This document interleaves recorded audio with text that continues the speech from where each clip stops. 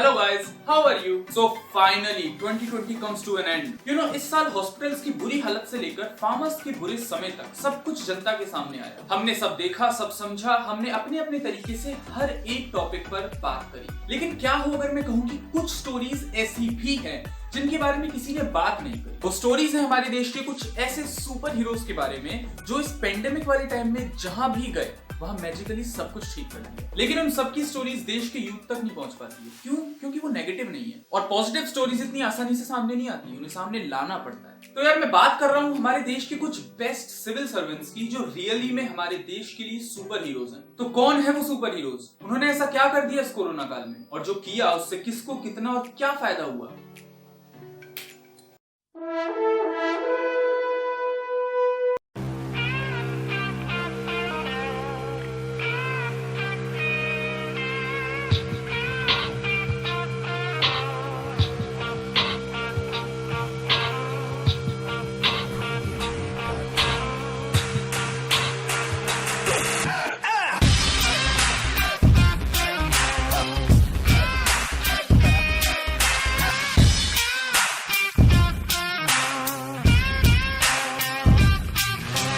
पहली स्टोरी है मिजोरम से।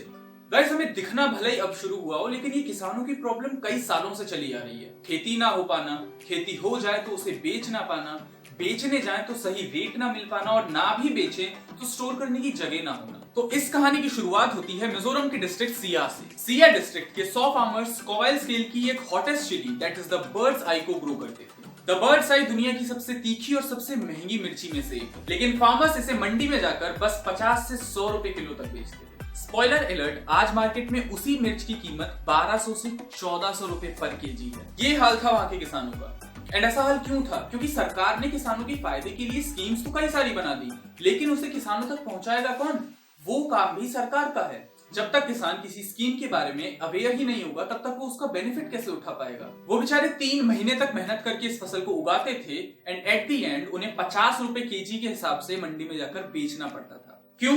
क्योंकि पहला, अगर बेचेंगे नहीं तो उसे स्टोर करने की जगह उनके पास नहीं है। दूसरा, उगाने से लेके बेचने तक का पूरा प्रोसेस किस तरह काम करता है उसकी पूरी समझ उन्हें थी ही नहीं। एंड तब वहां पोस्टिंग हुई भूपेश चौधरी। उन्होंने ना केवल फार्मर्स की प्रॉब्लम को समझा, बल्कि उनके लिए एक मल्टी लेवल इजी प्लान बनाया जिसको फॉलो करके वो आसानी से अपने गुड्स बाहर बेच सकते। उन्होंने अपने फार्मर्स को ट्रेनिंग देनी शुरू करी, उनके अंदर अवेयरनेस क्रिएट करनी शुरू करी कि कैसे फार्मिंग के बाद रेट डिसाइड होते हैं, कैसे हम बार्गेन कर सकते हैं, और कैसे अगर हम अपने गुड्स ना बेच पाए तो उन्हें स्टोर करके रखा जा सकता है। दूसरा, उन्होंने राष्ट्रीय कृषि विकास योजना के तहत उनके लिए स्टोरिंग एरियाज बनवाने शुरू किए। एंड इन छोटे छोटे स्टोरिंग एरियाज में लाइट से लेकर चिली ड्राइंग मशीन तक सब अवेलेबल कराई, एंड वो भी सब कुछ सोलर एनर्जी से। वहां की लाइट्स, वहां की मशीन्स, वहां की चिली ड्राइंग सिस्टम्स, सब कुछ सोलर एनर्जी के थ्रू होने लगा। अब फार्मर्स के पास नॉलेज है, अपने गुड्स को स्टोर करने के लिए स्पेस है, और तो और वो अपनी चिली का पाउडर करके लेबल्स के साथ भी बेच सकते हैं। इन शॉर्ट, वहां के फार्मर्स की अर्निंग्स पहले से 14 गुना ज्यादा है। एंड अब वहां 100-200 नहीं, 300 से ज्यादा फार्मर्स इस बर्ड्स आई चिली को ग्रो करते हैं। सो मतलब एक ही बंदे ने वहां की फार्मर्स की इनकम बढ़ा दी, लोगों को एम्प्लॉयमेंट दिलवा दिया, और मिजोरम को one of the largest producer of bird's eye बना दिया, वो भी नेचुरल रिसोर्सेज की हेल्प से। अगली स्टोरी है इंदौर के मऊ डिस्ट्रिक्ट की। You know the fun part is, ऐसा लगता है कि इस स्टोरी के सुपर हीरो को पहले से पता था कि 2020 में कोरोना अपना कहर बरसाएगा, और जिस चीज की इस समय सबसे ज्यादा जरूरत पड़ेगी तो वो होगा एक अच्छा हॉस्पिटल और वहां का एक डिसिप्लिन्ड मेडिकल स्टाफ। जब इंदौर में अंशुल गुप्ता एसडीएम की पोस्ट पर आए तो उनकी नजर पड़ी वहां के इंडियन रेड क्रॉस हॉस्पिटल पर। टूटे हुए स्ट्रेचर से लेकर रिश्वत लेने वाले मेडिकल स्टाफ तक और खराब हो चुकी मशीन्स तक सब कुछ साफ दिखाई दे रहा था। अनदर स्पॉइलर अलर्ट, आज वहां ये हॉस्पिटल ना केवल सोलर एनर्जी यूज करता है, वैक्सीनेशंस एंड मेडिकल कैंप्स लगवाता है, बायोमेडिकल वेस्ट को ऑर्गेनिकली डिग्रेड करता है, बल्कि कोरोना के टाइम पर कोविड-19 केयर फैसिलिटी भी प्रोवाइड करता है। एक हॉस्पिटल को अच्छा हॉस्पिटल 3 चीजें बनाती हैं: वहां का honest medical staff, proper medical facilities and affordable prices and Billings. उन्होंने शुरुआत से ही सब कुछ धीरे धीरे ठीक करना शुरू करा। जो भी मेडिकल ऑफिसर्स करप्ट हैं उनका लाइसेंस तुरंत कैंसिल करवा के वर्दी कैंडिडेट्स को एम्प्लॉयमेंट देने शुरू करे। पूरा हॉस्पिटल रिकंस्ट्रक्ट कराया एंड हर एक फैसिलिटी की चार्ज शीट पेशेंट्स को प्रोवाइड कराई, एंड बिलिंग मेथड्स पूरी तरह डिजिटली स्टार्ट करे। इसका रिजल्ट ये हुआ कि वहां का मेडिकल स्टाफ अपनी तरफ से पूरी मेहनत करने लगा हर पेशेंट के पास चार्ज शीट है तो अब कोई एक्स्ट्रा पैसे नहीं ले सकता था, और इंफ्रास्ट्रक्चर और हाइजीन का ध्यान रखने के बाद एनवायरमेंट भी अच्छा हुआ। क्यों ना ये वो क्रूशियल टाइम था जब समय रहते एक ईमानदार ऑफिसर ने उस हॉस्पिटल की हालत सुधार दी, वरना इस कोरोना टाइम पर वहां पर कई लोगों की जान जा सकती थी। और जान बचाने वाले को तो सुपर हीरो कहते हैं ना।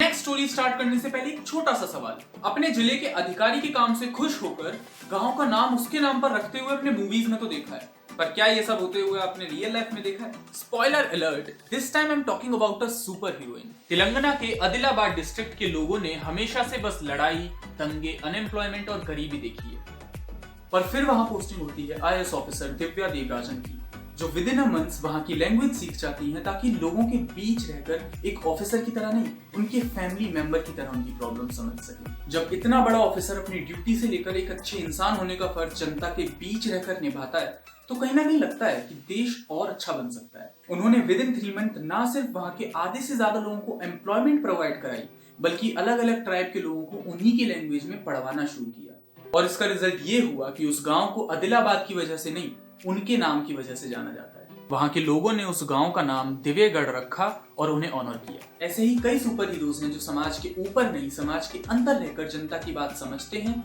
और उनकी प्रॉब्लम्स का सॉल्यूशन निकालते हैं। फिर वो चाहे विक्रांत राजा पुडुचेरी में चोला डायनेस्टी के मेथड यूज करके वाटर बॉडीज रिस्टोर करें, या झारखंड में आदित्य रंजन पुरानी हो चुकी आंगनवाड़ी को पहले से ज्यादा बेहतर बनाए। और अगर ऐसे ही सुपर हीरोज की मोटिवेशनल स्टोरीज हमारे यूथ तक पहुंचेगी तो उन्हें भी इंस्पिरेशन मिलेगी, उन्हें भी पता चलेगा कि हमारा देश भी हमारी वजह से बिजली की तेजी से आगे जा सकता है। और अगर आपको इस वीडियो में एक नई सोच मिली हो, एक नया लेसन मिला हो, तो इस वीडियो को शेयर कीजिए, हर उस बंदे तक पहुंचाइए जिसको इन सुपर हीरोज के बारे में सुनकर कुछ नया सीखने को मिले। यार आई बिलीव कि आज देश कौन चला रहा है ये ज्यादा मैटर नहीं करता, बल्कि कल देश कौन चलाएगा ये ज्यादा मैटर करता है। आज जिस कुर्सी को कोई और संभाल रहा है, कल उसी कुर्सी को हमारे देश का यूथ संभालेगा। तो जरूरी है हमारे देश का यूथ डेडिकेटेड हो, इंस्पायर्ड हो, मोटिवेटेड हो और अपने काम को लेके डिसिप्लिन हो, because the youth is future. That's all in this video. We'll definitely see you in next. Till then, keep going with good stuff in your life.